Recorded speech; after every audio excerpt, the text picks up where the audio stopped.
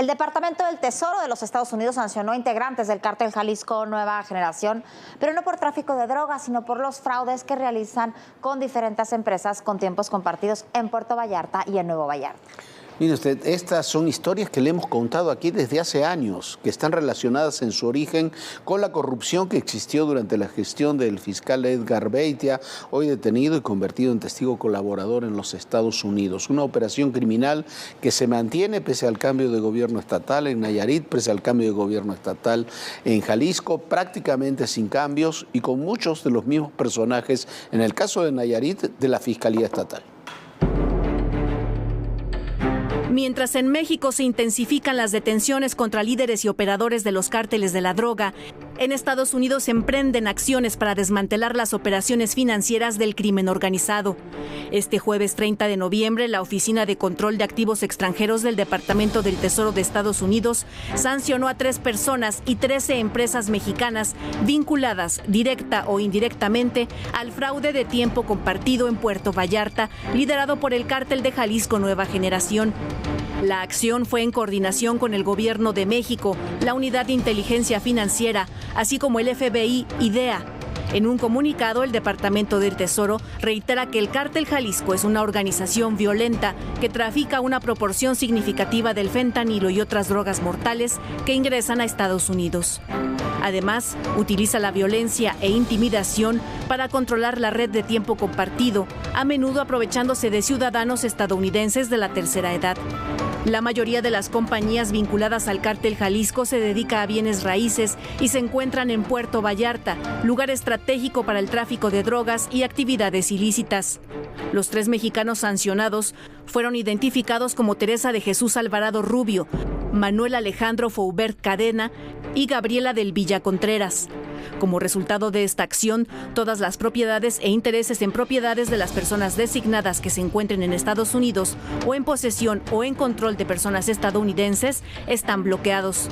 Los fraudes y despojos, entre otros delitos, fueron una constante durante la gestión del exgobernador de Nayarit, Roberto Sandoval, y su fiscal Edgar Beitia, conocido como el Diablo, quien se declaró culpable en Estados Unidos por recibir dinero de narcotraficantes y recibió una sentencia de 20 años de prisión. Con la protección desde su gestión, los grupos criminales en Nayarit operaban principalmente en Vallarta y la zona de Nuevo Vallarta, en Bahía de Banderas. La zona es considerada importante para las operaciones de grupos criminales, principalmente del cártel Jalisco Nueva Generación. Uno de esos casos de despojo de inmuebles es el de Eduardo Valencia, un empresario que fue señalado por un presunto fraude contra un grupo de extranjeros que compraron parte de los condominios construidos por el empresario en Bahía de Banderas con un valor de $100 millones. Todo personal le ha dado seguimiento al caso. Para mí es algo importante que Edgar Beitia eventualmente empiece a pagar aquí en nuestro país los crímenes que hizo, para que no solo en Estados Unidos haya acceso a la justicia, sino acá también en nuestro país. Beitia acusó a Valencia de delincuencia organizada, fraude y lavado de dinero. Pese a demostrar que no existía tal fraude, el fiscal, a quien vincularon con empresarios extranjeros, lo arrestó en septiembre de 2010. Eduardo Valencia fue despojado de todo su patrimonio, encarcelado, torturado, con 2 intentos de asesinato en la cárcel y finalmente fue liberado cuando cayó el Diablo. Pero su caso sigue sin justicia. Uno de los problemas que enfrenta él y todos los ciudadanos afectados es que la estructura y operación criminal que construyó Beitia se mantiene sin cambios, pese a que cambió el gobierno estatal. Muchos de los funcionarios de esa época permanecen activos en la Fiscalía Estatal. Para ADN 40, Fuerza Informativa Azteca. Bueno, este es un ejemplo más de algo que durante años le hemos platicado aquí. ¿Por qué? Porque en toda esa zona de Vallarta, Nuevo Vallarta, además, hay una muy fuerte congregación de personas de ciudadanía estadounidense, canadiense, sobre todo que se van a retirar y que les roban con los tiempos compartidos, con las ventas de departamentos, con este tipo de fraudes, pero les roban también a los empresarios. como el caso que le presentábamos.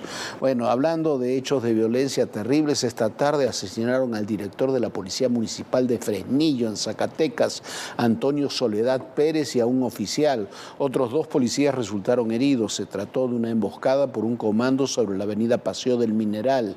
En la refriega también murió un civil que perdió la vida. Las autoridades de Zacatecas señalaron que esto es represalia por las acciones realizadas en el municipio contra los grupos criminales. El dato duro, el hecho duro es que Fresnillo es la ciudad más violenta y más insegura del país.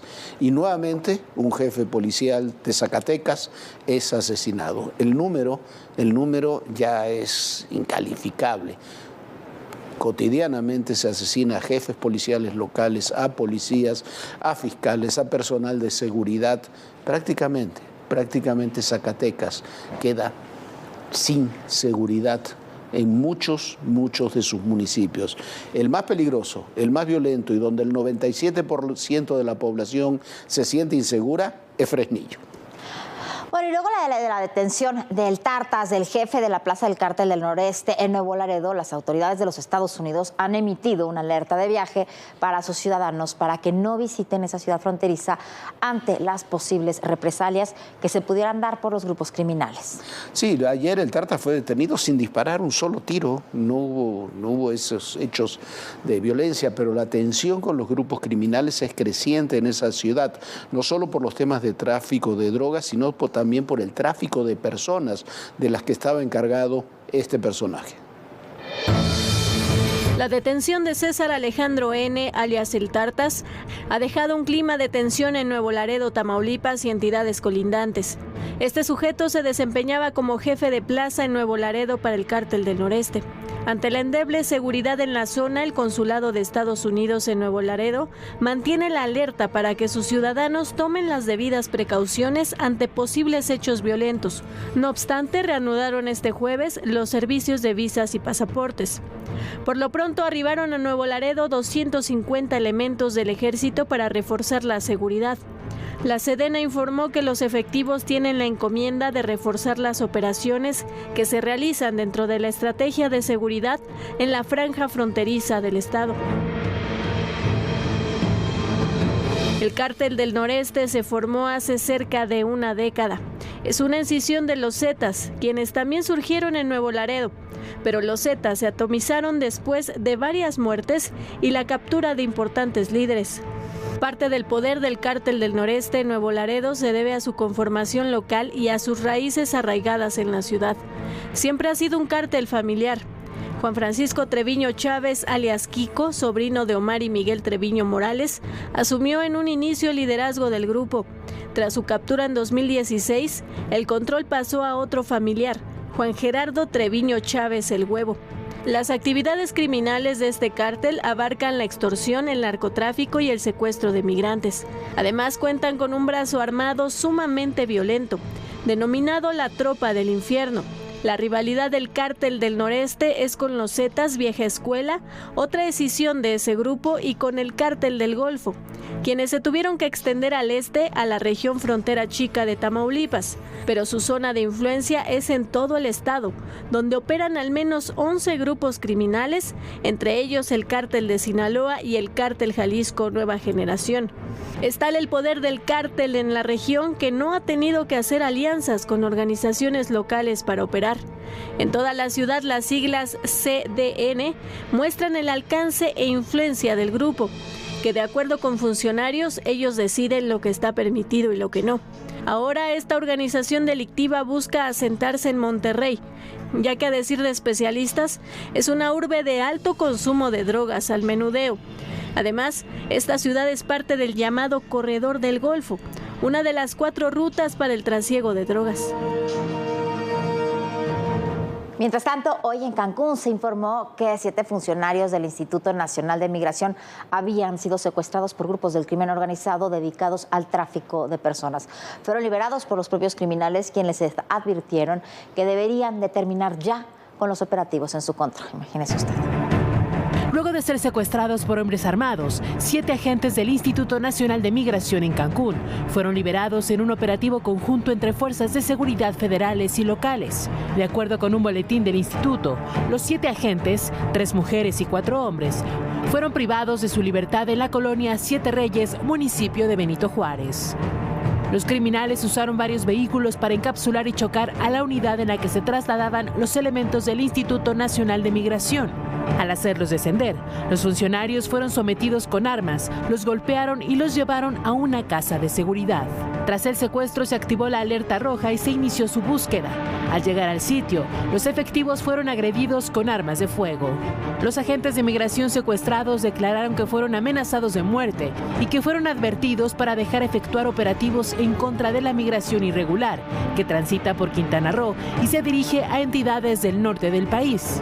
El Instituto Nacional de Migración señaló que no se ha identificado a qué banda pertenecen los asaltantes, pero dijo que actuaron en una conspiración criminal, por lo que podrían pertenecer a uno de los cárteles de la droga que operan en Cancún. De acuerdo con las autoridades, el aeropuerto de Cancún es el segundo más transitado de México, con unos 30 millones de pasajeros al año. Es utilizado por redes criminales para traficar inmigrantes, esto debido al gran número de vuelos procedentes de Sudamérica y otros países. Esta es una de las rutas consideradas VIP, por lo que los traficantes obtienen grandes ganancias, ya que los migrantes que pueden pagar más prefieren volar a México utilizando documentos falsos o pagando sobornos, en lugar de emprender el peligroso viaje a través de la selva del Darién y Centroamérica.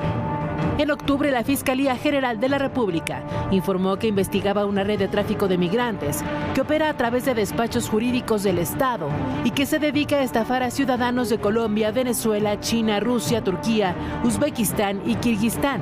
Incluso los extranjeros, en su mayoría mujeres, son atraídos desde sus países de origen para llegar a ciudades turísticas de Quintana Roo, como Cancún, Tulum, Playa del Carmen, donde supuestamente les facilitarán la nacionalidad, pero son retenidas y comercializadas por el grupo delincuencial.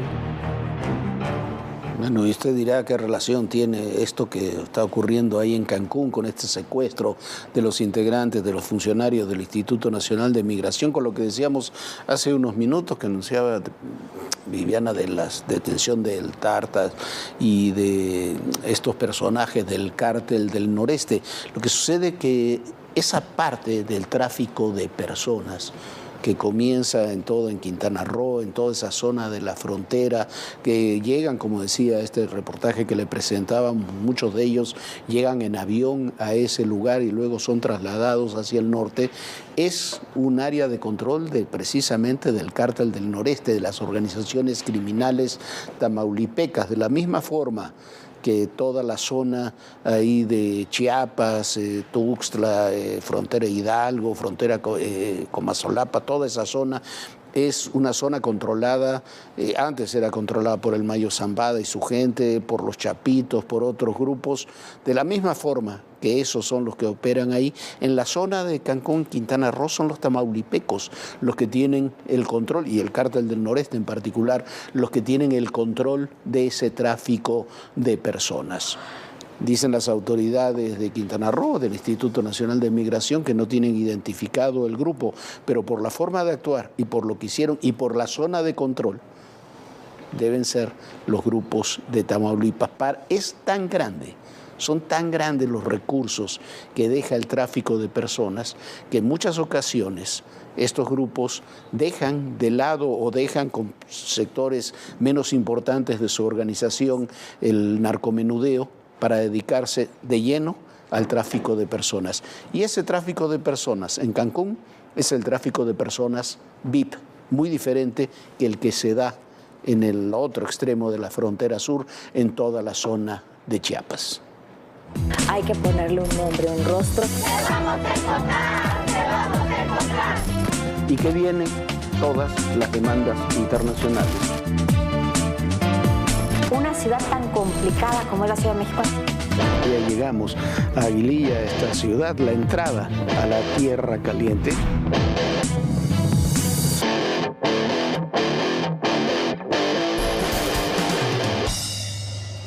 Y en el Senado siguen esperando que llegue la nueva terna de ministras para ocupar el lugar que dejó Arturo Saldívar.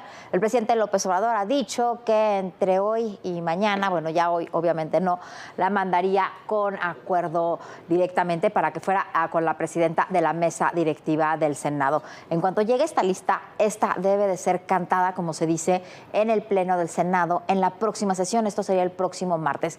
Después irá a la Comisión de Justicia. Si se repite alguna de las tres que ya estuvieron en la terna pasada, que ya comparecieron, no volverán a presentarse ante la Comisión de Justicia, pero sí se vota por ellas. Después, si el dictamen es calificado como idóneo, será discutido en el Pleno y en un plazo que vence el próximo 15 de diciembre tendrán que definir si alguna de estas tres, que hay que recordar que dos podrían repetir esta terna, bueno, si no, acuérdese que el presidente ya hace una asignación directa a quien él quiere. Sí, este es el tema central. La verdad no deja de ser de alguna forma una trampa en lo que tenemos. ¿Por qué? Porque el presidente ya mandó una terna con 3 mujeres muy respetables en muchos ámbitos, pero que son 3 militantes de Morena, incluso funcionarias públicas de Morena, y una es María Estela Ríos, es la jurídica de la presidencia. Las otras 2, además de tener cargos, son hermanas, una de hermana del jefe de gobierno de la ciudad, la otra hermana de la secretaria de Gobernación. Las 3 han sido militantes de Morena toda su vida. Y, a ver, esas fueron rechazadas. Ahora presenta otra terna que puede repetir 2 personas e incorporar una tercera. Si eso es rechazado una vez más por el Senado, entonces, como decía Viviana, será Palacio Nacional, será el presidente el que decida cuál de esas mujeres, de esa terna, porque ya ha dicho que serán mujeres, será la que llegará a la Suprema Corte de Justicia de la Nación. Hay una versión muy extendida, muy fuerte, de que ya sea que sea votada en el Senado o que sea designada por Palacio Nacional, Berta Alcalde, la hermana de Luisa María Alcalde, la secretaria de Gobernación, será la que designará el presidente.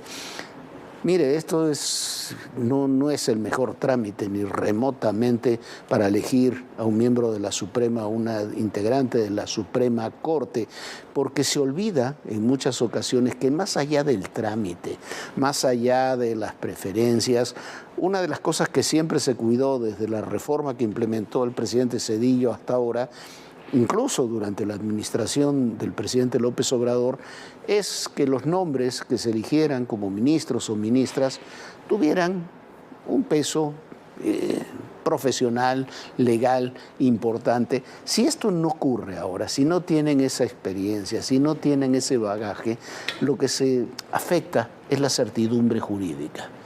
Y hay muchas cosas que están en torno a las grandes inversiones que se esperan, a todo lo que ocurre. Pero sobre todo los inversionistas lo que esperan, particularmente en la Suprema Corte, porque se sabe que tendrán que recurrir muchas veces a ella, es que haya certidumbre jurídica en los integrantes de la Corte, que podrán provenir de muchos lados como provienen hoy, pero que tengan la experiencia y que no sean militantes de una causa. Eso es lo que está realmente en el debate. A ver qué sucede en las próximas horas, en los próximos días.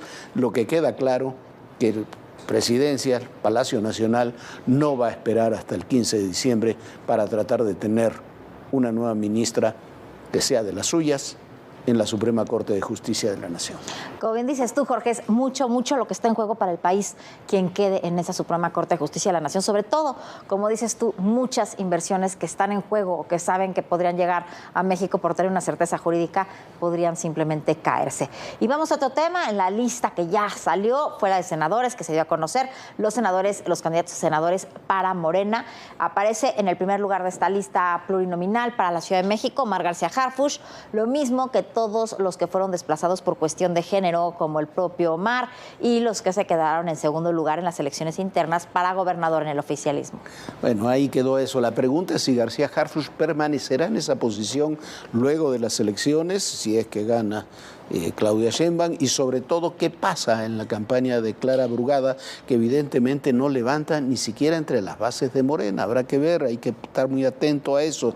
Hay que recordar que Clara había quedado 14 puntos por debajo de García Harfuch en la encuesta interna y es mucho menos conocida que el ex secretario de Seguridad. Es el Senado que en el próximo año serán renovados 88 de 128 escaños. 69 son de mayoría relativa y 19 de representación proporcional. Y de acuerdo con los reportes, en el 68% buscan la reelección. En el caso de Morena, el líder nacional del partido, Mario Delgado, dio a conocer la lista de precandidatos únicos a la primera fórmula del Senado en 8 entidades del país. Se trata de Omar García Harfuch por la Ciudad de México, Sacildo Luz de León Villard por Chiapas, Ricardo Sheffield por Guanajuato, Carlos Lomelí Bolaños por Jalisco, Víctor Aureliano Mercado Salgado en Morelos, Ignacio Mier por Puebla, Manuel Rafael Huerta Ladrón de Guevara en Veracruz y Verónica Camino Farjat por Yucatán. Todos ellos quedaron en segundo lugar para buscar la jefatura de gobierno y 8 gubernaturas en el proceso interno de Morena. Y por paridad de género o por estar mejor posicionado, se optó por otra persona. Por ello, ahora encabezan la lista. En el caso de Tabasco, se abrió la convocatoria para las mujeres que deseen encabezar la primera fórmula del Senado por la entidad, y el registro será del 4 al 6 de diciembre. Además, esta semana concluirán las encuestas correspondientes para definir las candidaturas al Senado de Morena en el resto de las entidades y luego comenzarán con las diputaciones federales. Según la convocatoria, la Comisión Nacional de Elecciones tiene hasta el 18 de enero de 2024 para definir las candidaturas federales al Congreso de la Unión. Mario Delgado indicó que Morena, junto al Partido del Trabajo y el Partido Verde Ecologista de México, decidieron que los siglados de los candidatos serían elegidos a través de encuestas y que en lugar de repartir cuotas, el objetivo será lograr el plan C, que es lograr las 2/3 partes de las cámaras. Para ADN 40, Fuerza Informativa Azteca. Bueno, en el último día de tregua entre Israel y Hamás fue liberada Ilana Gritswensky Cami, la mexicana que estuvo secuestrada por Hamás desde el pasado 7 de octubre. Aún falta Orión Hernández, que también está retenido, que también está secuestrado, por lo que la Secretaría de Relaciones Exteriores y con la secretaria al frente, Alicia Bárcena, han enfatizado que se trabajará para conseguir la liberación de Orión, pero también la liberación de los otros 2 tripulantes mexicanos que iban a bordo del buque Galaxy, que fue secuestrado por otro grupo terrorista. Por lo pronto, en la Franja de Gaza se busca negociar que la tregua dure hasta el domingo y así se permita que se liberen a más rehenes. Es el 7º día de la tregua entre Israel y Hamás. El grupo terrorista decidió liberar de último minuto a un grupo de 6 rehenes, a cambio de 30 presos palestinos, entre ellos 23 menores y 7 mujeres. En este grupo, una mexicana quedó libre. Se trata de Ilana Gritswensky Cami. Ilana fue tomada como rehén por Hamás el pasado 7 de octubre, junto a su novio Matan Sangauker, de quien se desconoce su paradero. La joven dejó México para terminar sus estudios en Israel y tras ello comenzó a trabajar cerca de la Franja de Gaza. Las primeras horas después del conflicto, la joven se mantuvo en contacto con su hermano y su padre, quien vive en Israel. Para la mañana del 8 de octubre, la familia perdió contacto con ella. Su liberación fue confirmada por la canciller Alicia Bárcena a través de su cuenta de X. En el mismo mensaje, la canciller indicó que siguen trabajando por la liberación del otro connacional retenido en Gaza, Orión Hernández, y de los 2 tripulantes mexicanos del buque Galaxy Leader. Orión era novio de Shani Luke, la tatuadora alemana. Ellos se conocieron hace poco más de un año y estaban juntos en el festival musical en Israel, el cual fue uno de los objetivos principales de los ataques de Hamás el 7 de octubre. En tanto, los mediadores en el conflicto, Egipto, Qatar y Estados Unidos, buscan presionar a Israel para que extienda la tregua hasta el domingo. In my meetings today with the Prime Minister and senior Israeli officials, I made clear that before Israel resumes major military operations, it must put in place humanitarian civilian protection plans that minimize further casualties of innocent Palestinians. Una extensión de la tregua implicaría la liberación adicional de 10 rehenes por día a cambio de la excarcelación de 30 presos palestinos. Por lo pronto, se mantiene el alto al fuego y se permite la entrada de ayuda humanitaria a la Franja de Gaza, que ha tenido un respiro en los casi 2 meses que inició el conflicto. Naciones Unidas estima que 1.8 millones de habitantes de Gaza han huido de sus hogares y muchos permanecen en refugios saturados. Y en su más reciente informe, la organización reveló que más del 60% de las viviendas habían sido dañadas o destruidas. Hasta el momento, se tiene reporte de 15.000 muertos en la Franja de Gaza. Bueno, faltan muchos rehenes tomados por el grupo terrorista Hamás aún por liberar, prácticamente la mitad. Hamás dice que algunos de ellos murieron, hay información contradictoria sobre la mayoría de ellos, lisa y llanamente no hay información.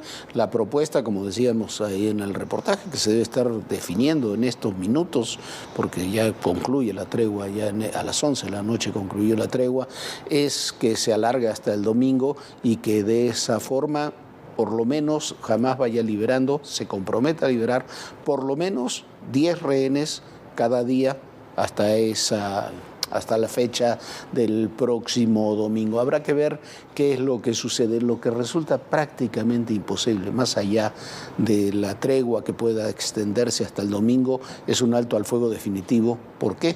Porque las partes en eso no están de acuerdo. No, sin duda ya dijo Israel que mientras Hamás no entregue totalmente a todos los rehenes y que no cese la guerra, no va a cesar también el fuego de Israel. Bueno, es un conflicto de nunca acabar y bueno, donde muchísimas personas inocentes, vimos niños chiquitos, señoras de adultas mayores, bueno, fueron retenidas en este terrible ataque de Hamás a Israel. Nosotros ya nos vamos, muchísimas gracias por habernos acompañado y bueno, nos vemos mañana aquí en punto de las 11 de la noche. Sueñe bonito, Jorge. Muy buenas noches, Viviana, muy buenas noches a todos ustedes y recuerden, el poder y en la política todo, pero absolutamente todo es personal. Gracias.